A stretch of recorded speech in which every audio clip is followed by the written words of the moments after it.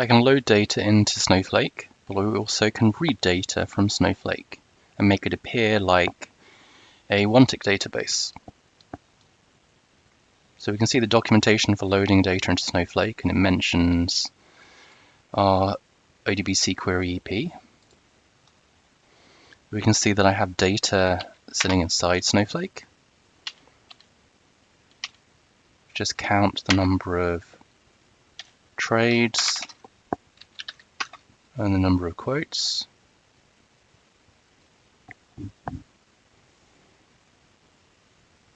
Okay.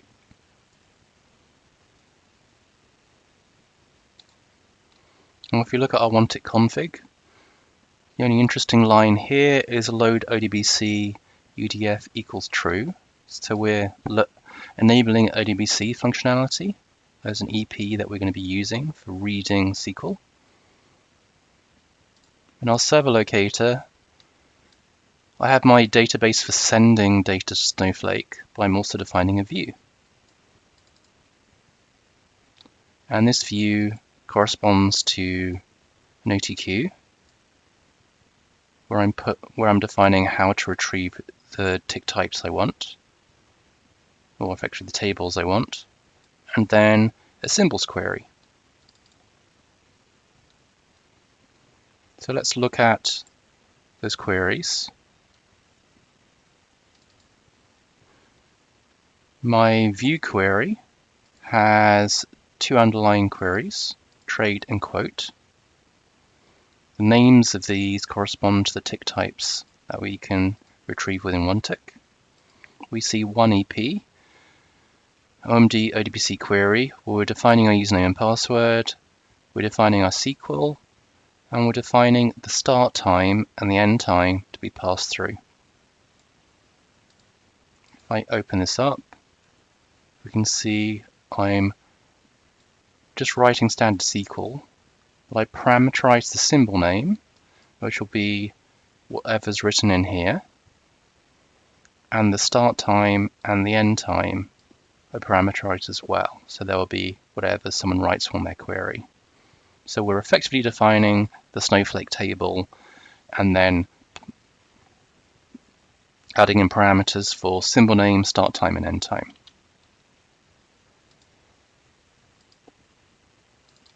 If we look at quotes, it's identical, except now I'm looking at the other Snowflake table, Snow quote. Then we have our symbol list query. Here I'm looking into my list of trades, and I'm looking at the distinct list of symbols being retrieved. Again, parameterizing on start time and end time. So I have my query. I have, as we saw, the view that uses those two queries for data and for the list of symbols.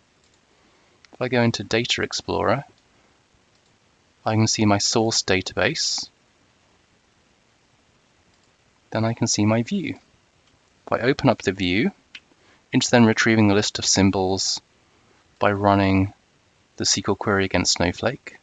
If I select a symbol, in this case Cisco, select a tick type, then again runs the Snowflake SQL behind the scenes, and we get back the data. Now I can create my query and add complexity and run the query and get back the results. So to retrieve data from Snowflake, you can directly use the EP, but if you want to abstract that away from the end users who just want to provide a view that it looks like a OneTick database, then we create our view queries for the list of symbols and the tick types. Then we construct a view in our locator with our view name, the link to the list to the query that's retrieving data, and the link to the query that's retrieving the list of symbols.